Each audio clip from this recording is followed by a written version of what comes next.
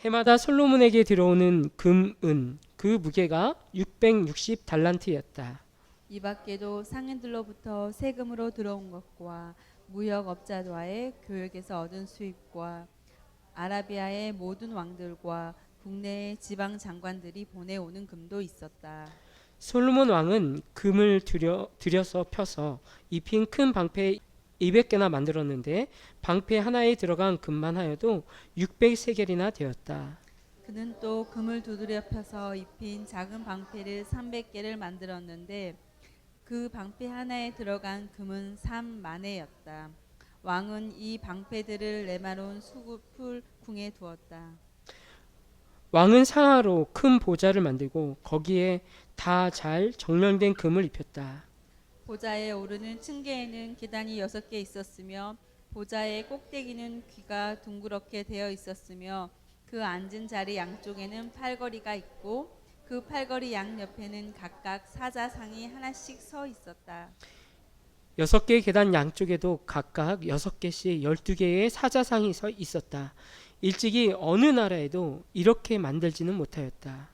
솔로몬 왕이 마시는 데 쓰는 모든 그릇은 금으로 되어 있었고 레바논 숲을 궁에 있는 그릇도 모두 순금이며 은으로 된 것은 하나도 없었다. 솔로몬 시대에는 은 귀금 속 축에 들지도 못하였다. 왕은 다시 다시스 배를 바다에 띄우고 히람의 배와 함께 해상 무역을 하게 하였다.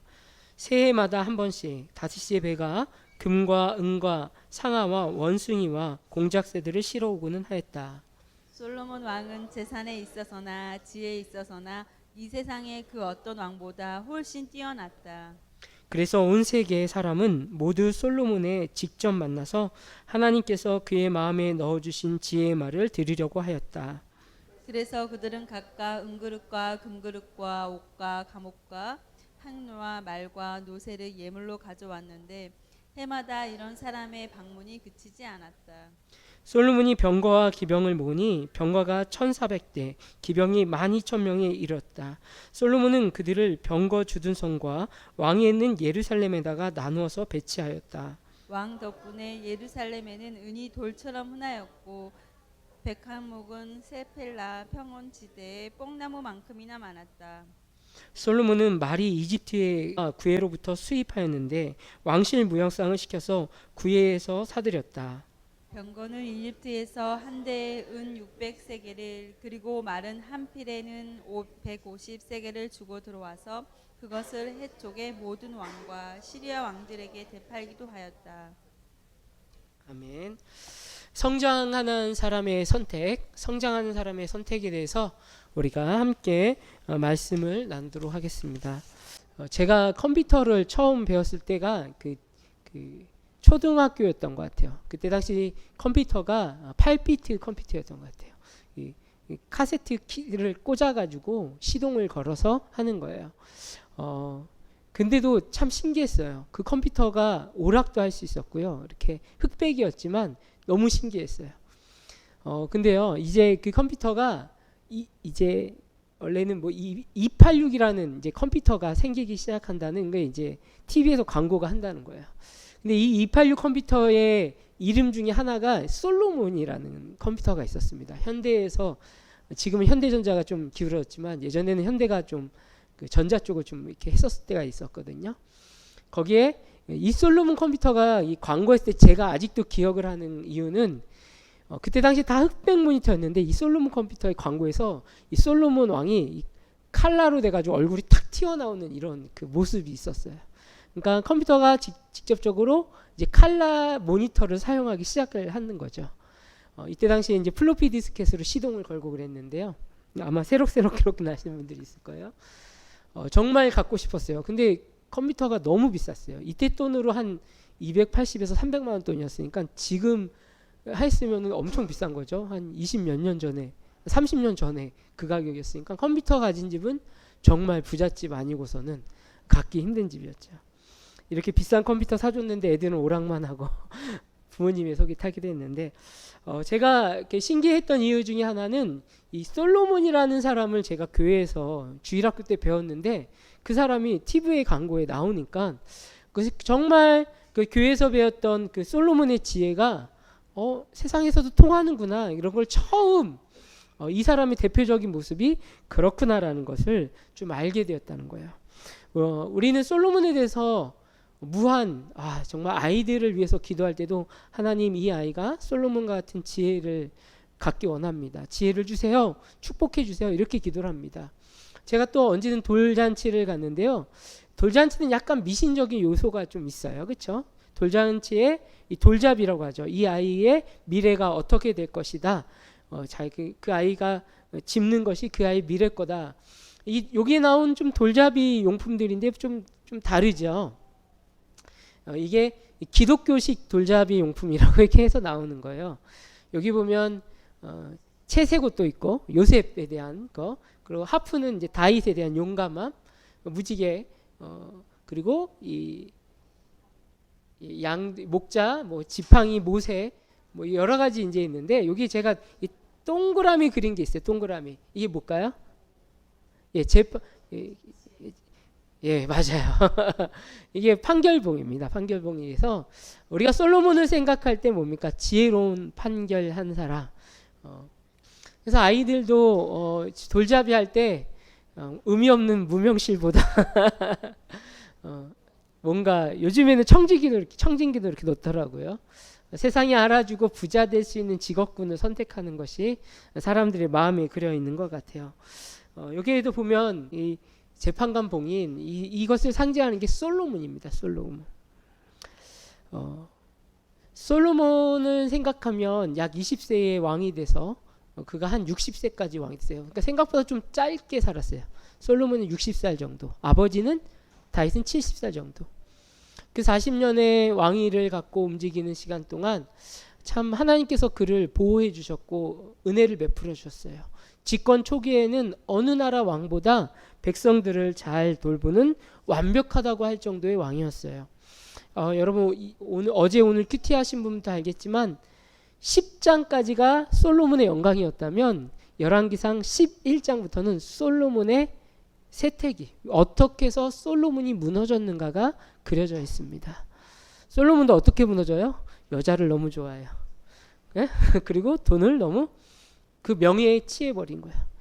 우리가 그 리차드 포스터가 썼던 돈, 권력, 세스, 이 세 가지가 사람이 약한 것 중에 하나거든요. 솔로몬도 그것들에 약했습니다.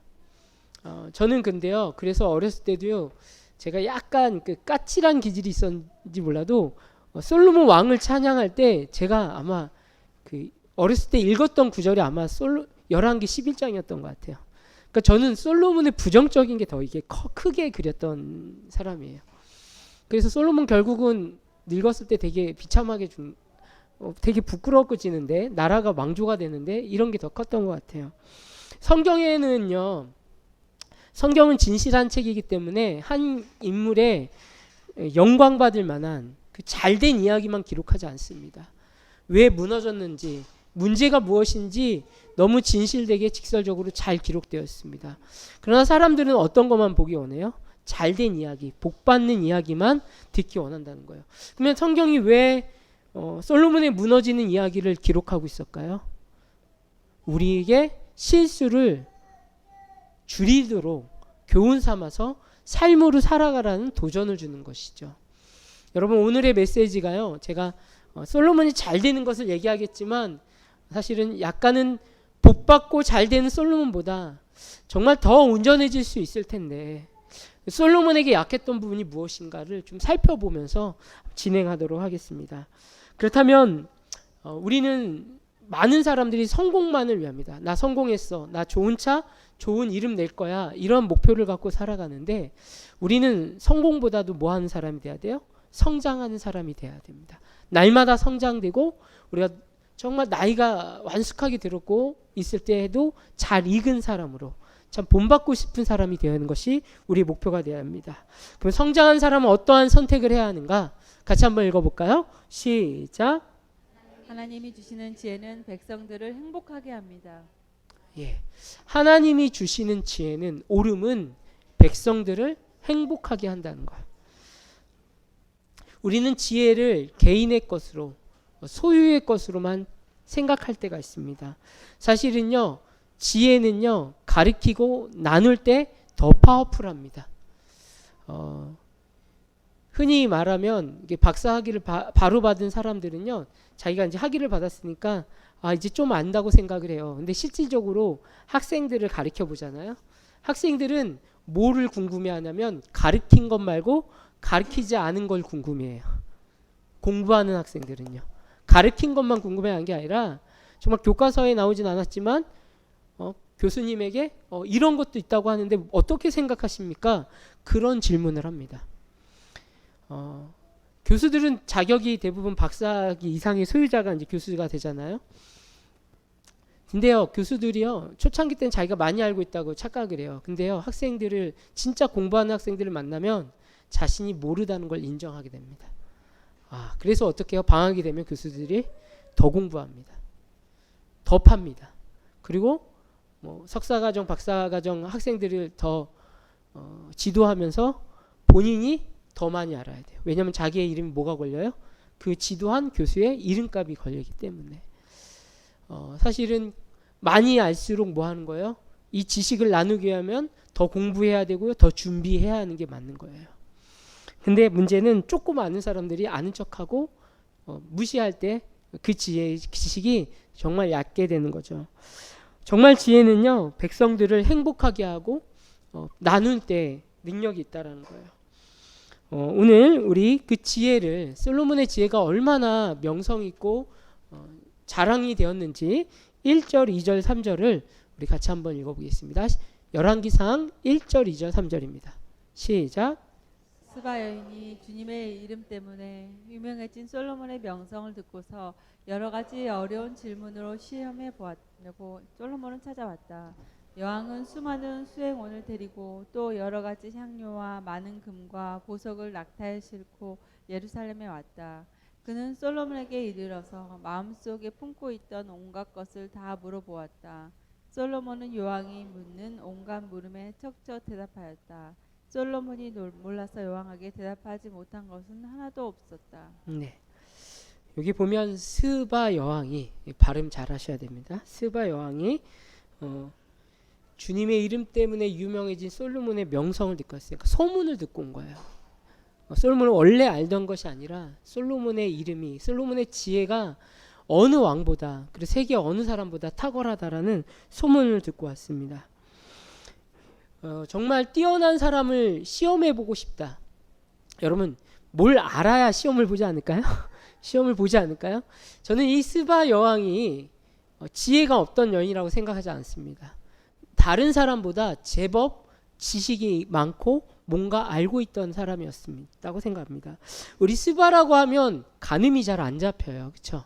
여러분, 스바가 어디냐면 제가 그림에 넣듯이 지금으로 얘기하면 에티오피아하고 예멘, 그리고 거기 안에 이게 약간의 그 바다가 있거든요. 근데 이게 딱 나눠진 게 아니라 그때 당시에는 이 스바라는 지역이 꽤 큰 그 남방 지역의 왕이었습니다. 여왕이었습니다. 사실 우리가 이때 당시에 우리 에티오피아, 그래 예멘 하면 그냥 무조건 흑인들 이렇게 생각할 수 있는데 이 사람이 백인인지 흑인인지는 잘 모르겠어요. 역사적으로 잘 모르겠어요. 그러나 이집트도 그렇고요. 이때 당시에 이 고대 이 남방 지역에는 많은 백인들이 있었다고도 해요. 어떻게 이동이 됐는지는 잘 모르겠는데 그러나 우리는 자꾸 흑인들 얘기하면 되게 미천하고 지식이 없는 그런 쪽으로 너무 이렇게 흑인을 낮게 평가하는 문화에 살았어요. 그러나 고대 인류가 문명이 발달되는 흑인들의 문명이 절대 낮은 문명이 되지 않았습니다. 여러분, 최고의 문명이라고 했던 문명이 이집트 문명입니다. 이집트 문명. 바로 이집트 밑에 있는 지역이거든요. 그녀는 정말 많은 질문을 갖고 왔습니다. 근데 그 질문을 갖고 누구를 시험해요? 솔로몬이 진짜 지혜인지 아닌지를 판별하고 싶었습니다. 그래서 그가 왔을 때 이 그녀가 권력이 없던 게 아니에요. 2절에 보니까 수많은 수행원을 보면 여왕으로서 오은 거예요. 그러니까 정상의 방문처럼 뭡니까? 온 거죠. 수많은 스승원을 데리고, 그리고 이 거리가 짧은 거리가 아닙니다. 한 달 여정 가까이를 걸어와야지만 올 수 있는 길이에요. 근데 그녀에게 알고 싶은 게 뭐가 있었어요? 진짜 솔로몬이 말하고 있는 지혜가 정말 맞는지, 탁월한지를 시험해보고 싶은 거예요. 그냥 온 것도 아니고 많은 수령함과 함께 향료, 금, 보석들을 갖고 왔습니다. 그 갖고 온 것을 왜 갖고 왔을까요? 자기가 질문했을 때 정말 그 질문에 옳은 현자다운 답을 주면 이 많은 은과 금과 보물을 주면서 뭐 하기 원한다? 이스라엘과 동맹하기 원한다는 거예요. 어떻게 보면 나라의 외교를 하는 거죠. 이 스바 여왕을 그냥 온 것이 아니라 외교를 하기 위해서 지금 이스라엘이라는 나라에 왔다는 거죠. 중요한 거죠. 그래서 질문합니다. 평소에 그가 알고 싶었고 그의 지식으로 해결이 안 될 문제에 대해서 질문을 했다고 합니다. 그래서 저도 주석들을 막 찾아봤어요. 스바 여왕이 어떤 질문을 했나요? 그러면서 여러 가지, 여러분 질문 궁금하지 않나요? 스바 여왕이 어떤 질문을 했는가? 쉬운 질문은 안 했을 것 같아요. 그렇죠? 아마 그때 당시에 이런 질문했을 거라고 이게 어떤 인터넷 기사에 짤막하게 나온 건 그 아직 해결되지 않는 그 천문학적으로 해결되지 않는 부분에 대한 질문들, 그리고 정말 모세가 출애굽할 때 홍해가 갈라지잖아요. 그러면 그 홍해가 갈라졌는가에 대한 어떤 질문들. 그러니까 과학적으로는 설명되지 않지만 천문학적으로 또 궁금한 부분들에 대해서 스바 여왕이 질문을 했다라는 것. 근데 그것도 확실하지 않아요. 과연 스바의 질문이 뭐였을까? 저는 이런 것도 있었을 것 같아요. 나라를 통치하는 여왕인데 어떻게 하면 자신들의 나라도 솔로몬의 나라처럼 부강하게 되고 잘 살게 되는지 리더로서의 질문을 갖고 왔을 것 같아요. 이것을 우리에게 적용해 보면 뭡니까? 어떻게 성공합니까? 어떻게 해야 잘 살 수 있습니까? 아마 교회에 오시는 분들 중에서도 그런 질문을 갖고 있는 분들이 있을 거예요. 만약에 제가 여러분 부자 되는 비결을 알려드리겠습니다. 어떤 교회는 교회 그 땅이 10만 평이 있는데 교인들에게 그 땅을 이렇게 분양을 한대요. 나눠준대요. 그러니까 제가 볼 때는 그 교회는 성도들이 모이더라고요. 그 땅 받으려고.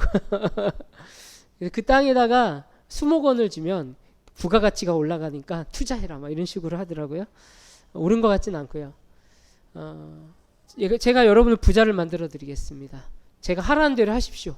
근데 그게 정말 맞아요. 그러면 저희 교회는 아마 10개의 사람들이 모일 것 같아요. 스토리 교회 다니니까 부자 되더라. 로또 번호를 알려준다더라. 아마 그렇진 않지만 그 많은 돈을 투자해서라도 스바 여왕은 정말 성공하고 싶었을 것 같아요. 나라를 잘 세우고 싶었을 거예요. 실수하지 않고 싶은 우리가 똑같은 마음이 있었을 거예요. 그것을 갖고 왔다라는 거죠. 우리 8절 9절을 한번 읽어보겠습니다. 8절 9절입니다. 시작. 임금님의 백성은 참으로 행복한 사람들입니다. 임금님 앞에 서서 늘 임금님의 지혜를 배우는 임금님의 신하들 또한 참으로 행복하다고 하지 아니할 수 없습니다. 임금님의 주 하나님께 찬양을 돌립니다. 하나님께서는 임금님을 좋아하셔서 임금님을 이스라엘을 다스리는 왕자에 앉히셨습니다. 주님께서는 이스라엘을 영원히 사랑하셔서 임금님을 왕으로 삼으시고 공평과 정의로 다스리게 하셨습니다.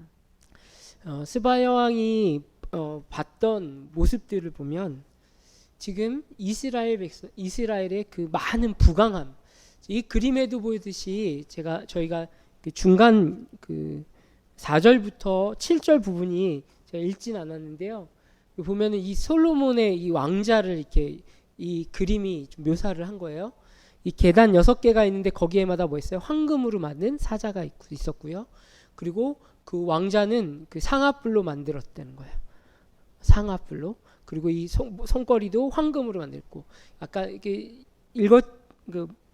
본문에 보면 그러한 그 왕자는 어느 나라에도 가져보지 못했다.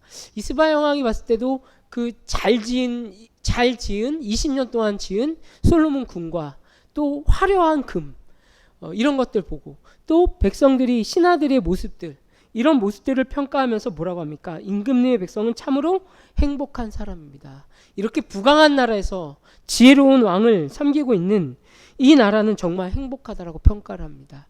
스바 여왕에도 보였듯이 지금 이스라엘은요 어느 시기보다도 가장 뭐예요? 부강할 때를 누리고 있고 솔로몬의 통치 안에서 가장 풍요로운 시간을 보내고 있습니다. 그래서 자연스럽게 스바 여왕은 9절에 정말 이스라엘의 통치자는 당신도 있지만 그 주권자이신 하나님을 찬양을 합니다. 하나님을 높이고 그분의 이름을 높입니다. 그리고 하나님이 바로 당신을 왕으로 삼으셨고 당신이 공의와 정의로 정직함으로 나라를 다스렸다는 것에 대해서 높인다는 거죠. 스바의 왕이 봤을 때도 많은 왕들을 만나봤을 거예요. 스바의 왕이 이렇게 외교 관계 많은 잘 사는 나라들의 통치자들은 뭡니까? 폭군들이 많습니다. 폭력으로 나라를 다스리거나 빼앗는 모략으로 다스리는 거예요.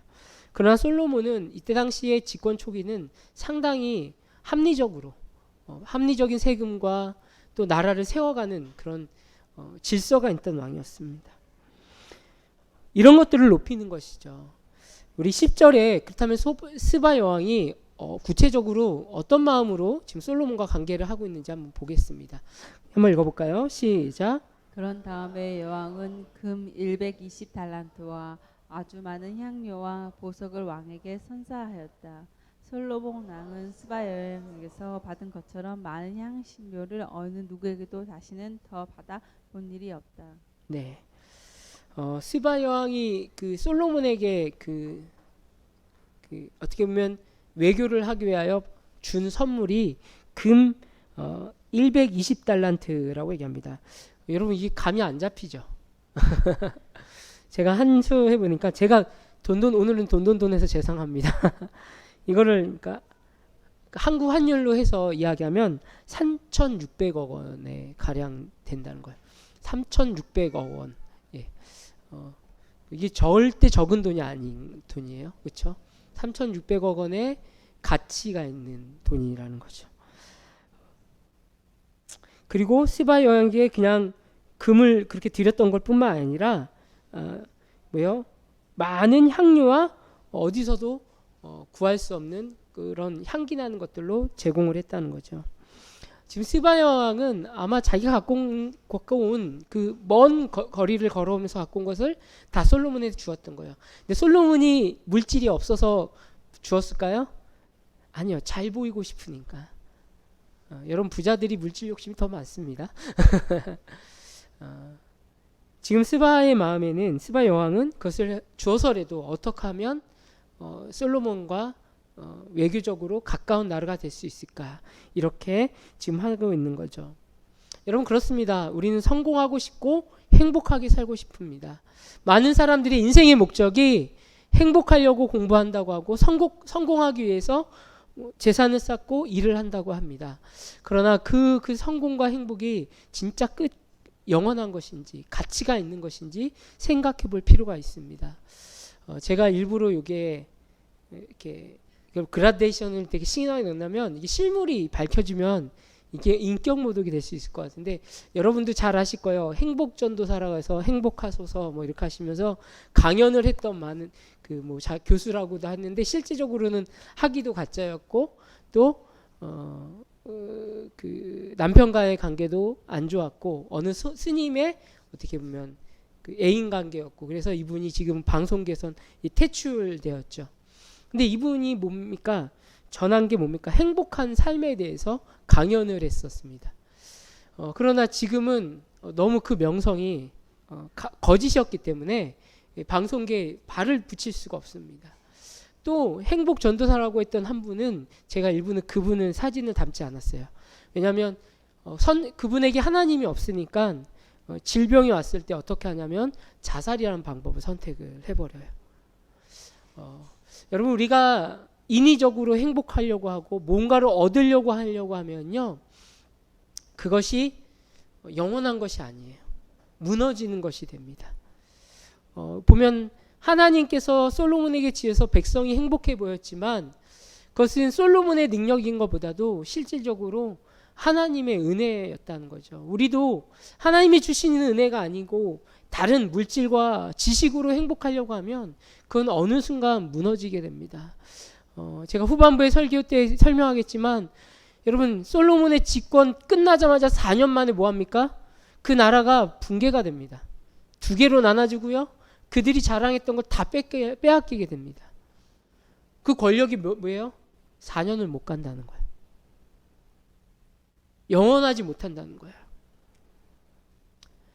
정말 행복은 사실 모르겠어요. 뭔가 행복한 건지 모르겠어요. 근데 중요한 건 주님 안에 만족하고 감사가 행복한 거예요. 아멘? 감사하고 만족해야지 행복이 있는 거예요. 그거 못 느끼면 행복감이라는 거 몰라요. 사실 행복이라는 감정은 되게 미묘합니다. 내가 언제 행복했지? 나 지금 행복한가 하면 모르겠어요. 그러나 주님이 지켜주시고 함께 했을 때가 뭐한 거다? 행복한 거다. 최근에 저는 한 연예인의 간증을 보면서 참 하나님 살아계시구나라는 걸 느꼈는데, 이분은 뭐 박혀도 될 것 같아요. 김수미 자매님이 요즘에 그 간증을 하면서 이렇게 유튜브가 올라온 걸 보여요.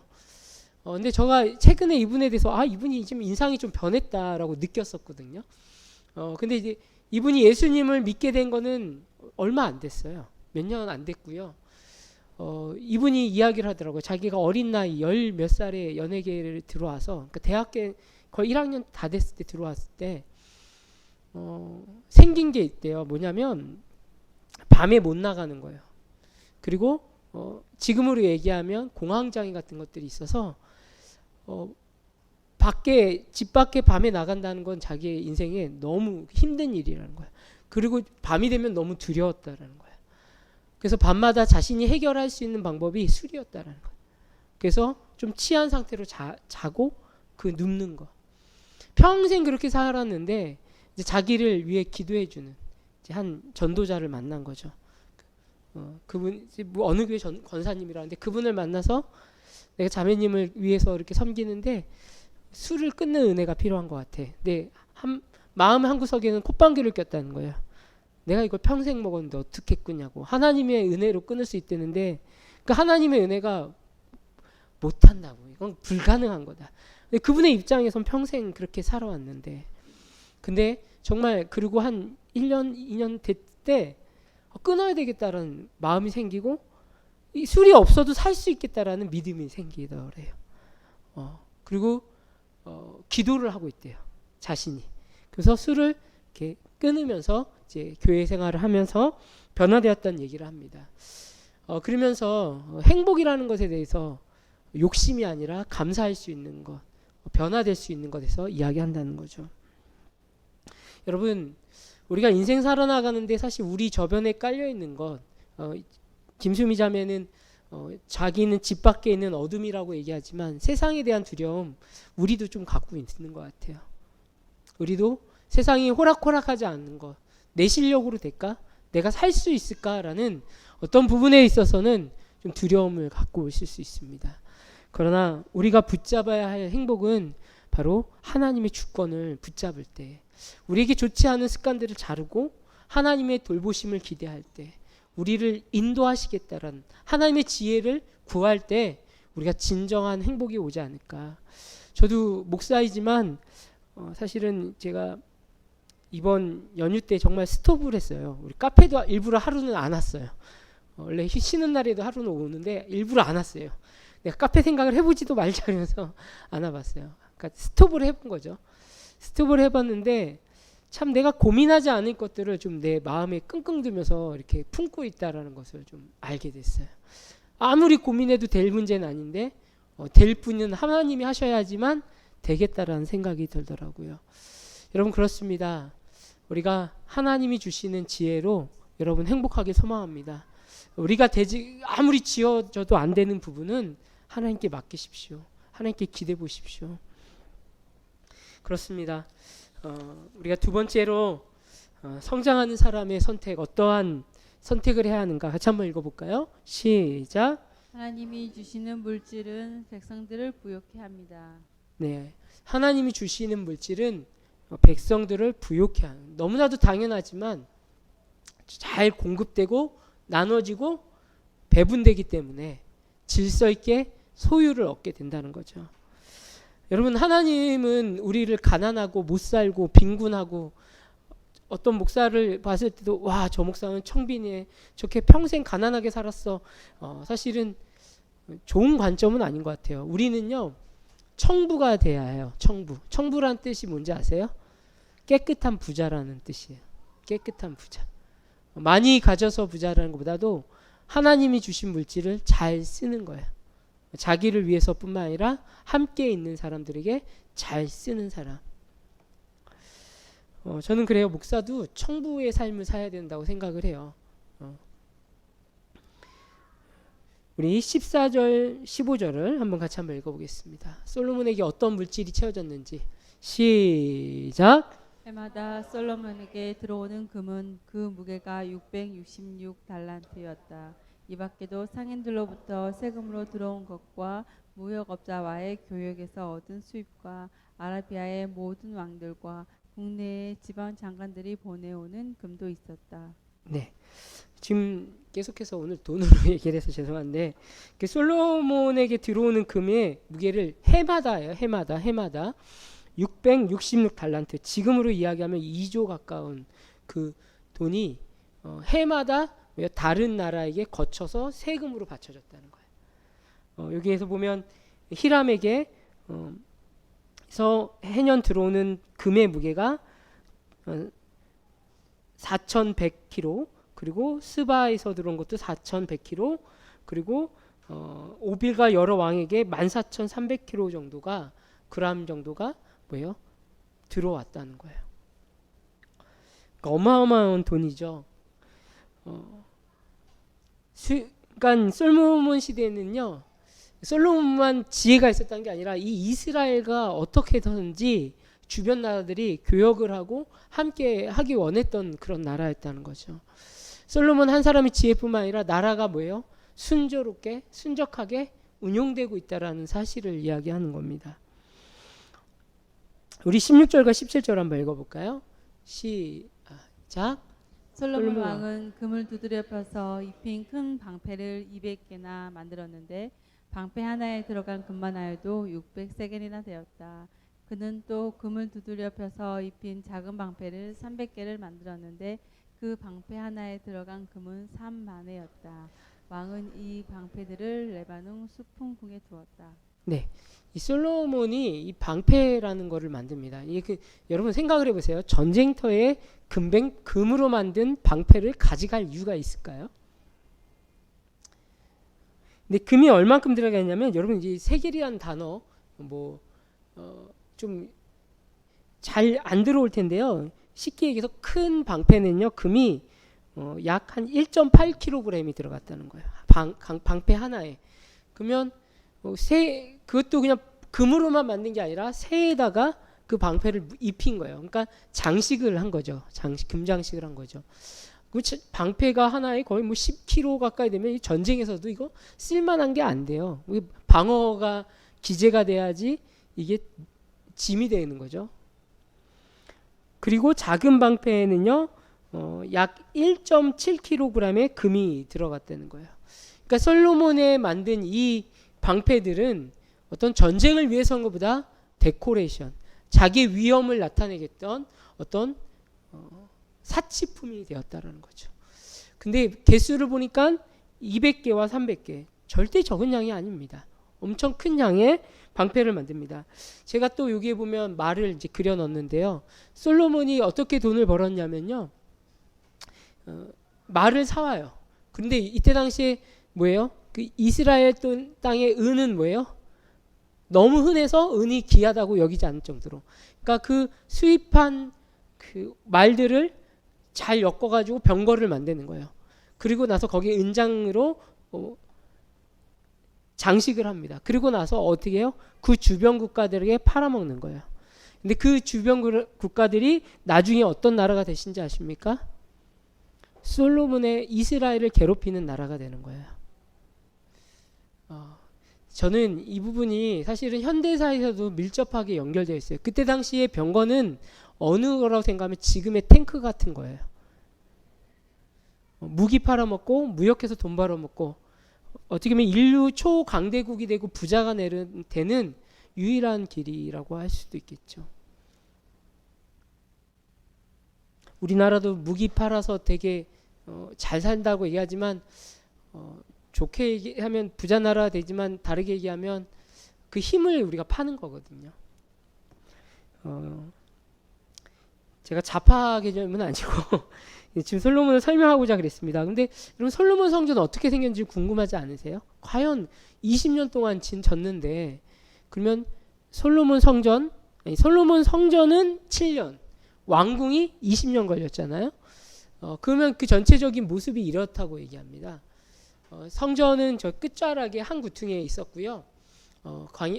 그리고 여기 보면 레바논의 숲집이라고 하는 데가 있을 거예요. 제가 그거를 숲풀궁이라고 하는, 우리 성경에는 숲풀궁이라고 써 있어요. 숲집이라고 하는. 그러니까 뭐냐면 이게 사실은 뭐냐면 그 어떤 대궐 같은데 들어올 때 어떻게 뭐 대문 같은 그런 거예요. 딱 들어오자마자 그 나라의 위엄을 볼 수 있는 처음 뭐예요? 건축물인 거예요. 우리가 외교 사절단이 우리나라에 왔어요. 그러면은 딱 들어오면 처음 문을 열고 딱 보이는 어떤 큰 것이 레바논 숲풀궁이라고 하는 거예요. 여러분 그 금 방패를 어디에다 뒀냐면 이 레바논 숲풀궁에다가 쫙 잔열했다는 거예요. 몇백 개를요? 약 500개를. 그러니까 외교 사절단들이 딱 왔을 때 어떤 느낌이 들었을까요? 그 금에 위협당하는 거예요. 그러니까 방패라는 건요, 사실 우리 보면 그 영국이나 유럽권에 보면 자신들의 가문의 로고들이 있어요, 그렇죠? 그거를 그것도 있어요. 거기에 대부분 많이 나오는 게 방패예요. 그건 방어, 믿음, 어떻게 보면 상징적인 것들, 힘을 상징하는 게 방패입니다. 바로 이 레바논 숲풀궁에 이 방패를 자든 거기에다가 둔 거죠. 그리고요, 우리가 또 하나 좀 여겨볼 게 그 솔로몬 궁전은 뭐예요? 그 옆에 궁전이 있는 거죠. 그리고 솔로몬이 또 뭐를 진지 아십니까? 그 파라오의 딸의 집이라고 하지만 우리는 바로의 딸의 집이라는 집을 줬어요. 그러니까 솔로몬 자기의 궁전뿐만 아니라 자기가 좋아했던 여러분 클레오파트라가 어느 출신인지 아세요? 클레오파트라 게임할 때만 하는 게 아니라 클레오파트라가 이집트 사람입니다. 이집트. 바로 이 파라오가 이집트예요. 애굽, 이집트예요, 영어로. 그러니까 지금 솔로몬이 이 바로의 딸을 집을 괜히 줬을까요? 아니에요. 솔로몬이 자기가 좋아하는 여인이 생겼는데요. 그 여인이 바로의 딸이었던 거예요. 그래서 그 딸을 잘 보이기 위해서 또 이집트라는 그때 당시에 초강대국에게 잘 보이기 위해서 이름을 파라오의 딸이라는 집을 궁전을 만든 거예요. 그러니까 다른 이름으로 애굽의 궁전 이런 식으로 진 거죠. 이 건축물 하나하나가 사실 정치적인 의도가 있었다는 거죠. 여러분 제가 이렇게 건축물을 쭉 보이고 이렇게 물질적인 걸 보인 이유는 솔로몬이 직권 내려놓고 나서 솔로몬이 죽고 나서 그의 아들 르호보암이 왕이 되거든요. 근데 그 르호보암이 두 개의 나라가 나눠지지만 르호보암이 힘들게 된 이유 중에 하나가 뭐냐면 이집트의 침공이었습니다. 이집트의 새로운 왕 시삭이라는 왕이 바로 이 이스라엘에 솔로몬이 죽었기 때문에 이제 새로운 왕조에 대해서 뭐 잘 볼 이유도 없는 거예요. 근데 어떻게 보면 그 솔로몬 궁 안에는 바로 자신들의 이름이 있는 그런 건축물이 있었음에도 불구하고 세계 정세는 자신들의 이익만을 위해서 선택이 왔다는 거죠. 그리고 그 시삭에게 통치권을 빼앗기고 완전히 빼앗아가진 않아요. 그들의 시작과 이집트의 목표는 돈을 빼앗아 간 거예요. 그래서 이스라엘에 있던 금과 은을 싸그리 빠그리 해가지고 뺏어가요. 그때 당시에 뭡니까? 레바논의 스풀궁에 있던 그 방패를 어떻게 했을까요? 다 긁어와 버렸어요. 가져가려니까 너무 무거우니까 쇠는 다 놓고 금은 다 벗겨와 버린 거예요. 여러분, 이게 무엇을 얘기할까요? 이 물질이 우리를 못 지켜준다는 거예요. 솔로몬은 그 나라가 그렇게 만들면 다른 나라들이 굽신굽신할 줄 알았는데 못 지켜준다는 거예요. 우리 22절부터 27절, 22절, 24절, 27절 한번 읽어보겠습니다. 시작. 솔로몬 왕은 재산에 있어서나 지혜에 있어서나 이 세상의 그 어느 왕보다 훨씬 뛰어났다. 그래서 온 세계 사람은 모두 솔로몬을 직접 만나서 하나님께서 그의 마음에 넣어주신 지혜의 말을 들으려고 하였다. 왕 덕분에 예루살렘에서는 은이 돌처럼 흔하였고 백성 목은 새 바벨라 평지대의 뽕나무만큼이나 많았다. 여러분, 하나님께서 그 나라를 보호하실 때 솔로몬의 마음에 하나님을 경외했을 때는 그 나라가 부강하고 힘 있는 나라였습니다. 그러나 솔로몬이 이제 11장부터 묵상하신 분 알겠지만 여자를 너무 좋아하게 돼서 수많은 후궁과 첩들을 두기 시작했고, 그것만으로 끝나지 않아요. 뭡니까? 그 첩들이, 후궁들이 데려온 우상을 그대로 신전에 모시기 시작한 거예요. 그러면서 이스라엘이라는 어떻게 보면 단일 어떤 신을 섬겼던 그 공동체가 바알과 아스테롯과 밀곤과 많은 우상들이 들어오면서 우상 숭배하는 땅이 되어버린 거예요. 근데 하나님께서 뭐 합니까? 다윗 언약이 뭐냐면 너희가 내 앞에서 나를 끝까지 사랑하면 너희의 왕조를 유지하겠다는 게 다윗 왕조의 언약이었거든요. 결국 솔로몬 후기에는 그것을 못 지켰다라는 거예요.